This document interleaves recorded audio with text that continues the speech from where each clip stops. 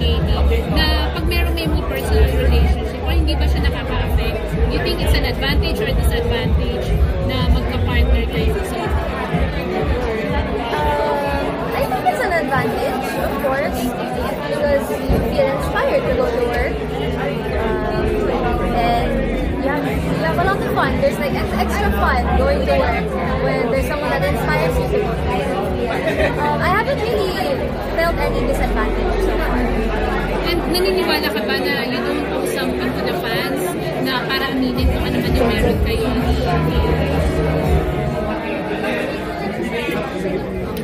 I think somehow we owe it to them to be truthful in our actions.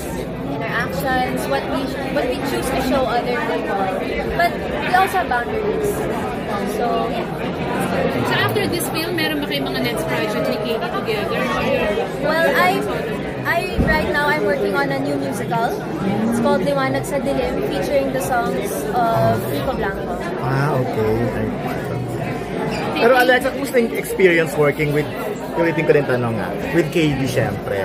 Kasi off-cam, medyo sanay na kayo magkasama. On-cam, medyo acting na yung gagawin niya. So, kumusta? And this is for, more of KD talaga eh. Okay. And I'm really happy to be here supporting him. And I see his growth every time na nagkakatrabaho kami. It's really heartwarming and it makes me feel very proud.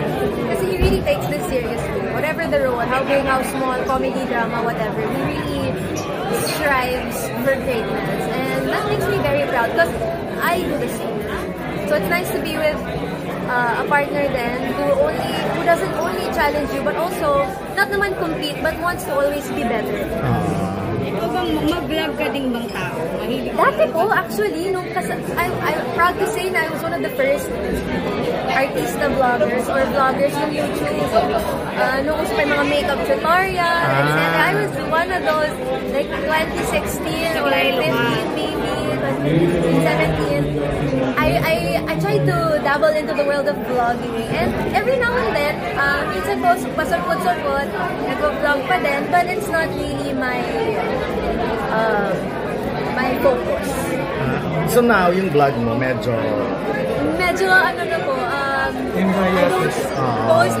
I don't post as frequent, but usually when I travel, ayun, I would vlog that. But, yeah, kasi ngayon parang easy naman yung reels on Instagram. So that's like a mini vlog or like TikTok vlogs na maikli lang. Pero kayo ba ni Katie nag-vlog na? Nag-collab na kayo? Yes, of course. Like, maraming beses. Channel ko po. Marami na ba? Medyo po. Nung nagkaroon po din ako ng time na I tried to go back to vlogging, rekindle my love for vlogging. So, siya yung ginigets ko palagi kasi kami palagi magkasama. So, yun po. Pero edit ikaw? Hindi po. So, I wish kaya ko mag-edit, pero I am grateful. I have a team for that. Meron ako magaling na editor, videographer. Actually, matrabaho po talaga ang vlog. Sa totoo lang, if you can't do it yourself, it takes a lot of people, a lot of money, and a lot of time and creative juices. So, vlogging is actually quite hard. Oo nga, talagang 100%. Yeah, it's a different kind of hard. Pero aside from KD, sining dream collab? Since collab naman ang tayo. Or any project? Creator or any artist? Mariana Rivera. At siya pa rin talaga. Yes, my dream. My dream everything. My dream girl.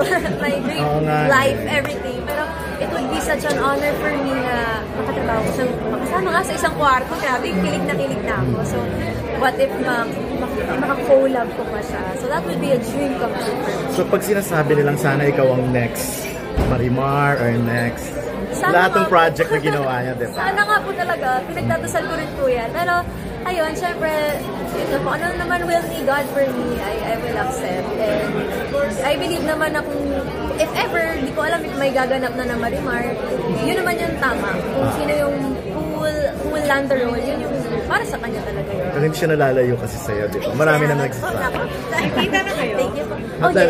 Yes. Nakita na kami. Kailan yung last na nakita kayo? Oh my gosh, hindi ko maalala. I think, medyo matagal na po. Premiere pa ata ng Rewind. Rewind last MMF. Pero, Okay. Yeah. Ano yung nalang una mo itatanong sa kanya? Itatanong? Paano po maging ganyan kaganda? Paano Crispy hindi niya. nabubulok? Yan yung gusto ko itanong. Kasi yun ang ano ko life motto, bawal mabulok. Siya talaga. Grabe. Angel talaga. Walang katulad. Ay, gandang-ganda rin naman siya sa'yo eh. Ay, naku, grabe. Ay, salamat po. Sobrang salamat. Napakabuti po sa akin ni Miss Marian. Nung nauso po yung mga anik-anik, sobrang ko na-touch kasi pinadalhan din niya ako. Kaya, grabe. Sino ba naman ako?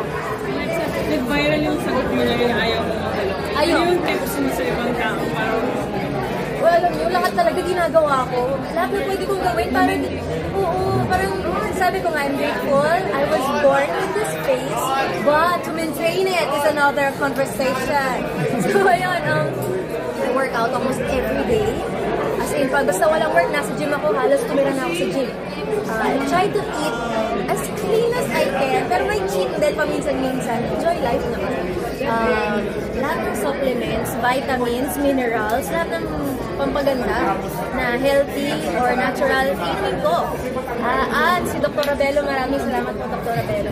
Lahat ng pwede kong machine na ipagawa, ipapagawa ko. when you age, are you open to surgeries or When I age, enhancements? why not? Why not? If I Para feel hindi like... mabulok. Tama, kasi I mean, for me lang, ngayon pa nga lang, as young as I am right now, I try to prevent. I'm not scared of aging naman or anything. I know that will happen to me inevitably no matter what I do. But syempre, if I can prolong it, if I can keep it at bay, I would do that. Alexa, parang kayo ni Katie, parang ang 2025 ay fitness era nyo, no?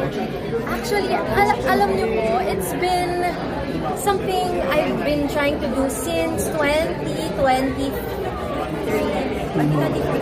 So, I've been a work in progress talaga. It's something I've been working on. Magkalayo kayo ng bahay ni Katie, pero do you have a time to work out together? Actually, not really. We've tried, pero ang layo kasi talaga ni Katie sa akin. And yung oras namin na mag-workout, ako sa morning, siya sa gabi. And ayoko sa gabi nag-gym kasi. So, hindi kami nagkakasabay. And iba yung style, iba yung workout na nag-work for him, and iba yung sa akin. So, focus na lang ako sa... Yung gym din naman is like me time for me. Pero how do you motivate each other to keep yourself fit? Honestly, kasi we both understand the value of being consistent. How consistency is truly key. You don't need motivation, you need consistency. That's the kind of discipline you need to instill sa sarili mo, sa mind mo. So, ako, I'm very thankful naman na I'm able to have that kind of thinking. So, andun lang kami, like, whenever we go to the gym, lagi lang na, good job, you did it. Even if you didn't want to, you did it, good job. Parang mga ganun lang. Saan bagay pa kayo consistent? Saan bagay pa kayo consistent? Sa pagkain. At kumakain ka? Hindi kami kumain, sobra. Kaya din siguro extra push din mag-workout kasi I really love to eat. We love such big foodies, super foodies talaga. Kasi that's how we enjoy life. Pero wala ka namang Ay, salamat po. Yun nga, madaming ginagawa para makontra. Madaming pagkain din. Pero yun lang naman. And it's something I choose for myself.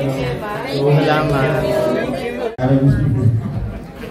Ano pa? Sticky Valdez, Alaga ako magkakabi. Feeling ko pag si ano? Di ba nila I think the question is nahirapan ka bang mag-convince na Henry ko. Yung tayo lang po, kasi bago lang din po ako eh. So it's a tie. Hindi ba, medyo, hindi naman po kasi again, this is pure gold Cine Manalo, and looking back dun sa previous year na festival, laban naman po talaga yung mga entries. So para pag nung in-offer namin sa mga artista, madali naman po sila Of course.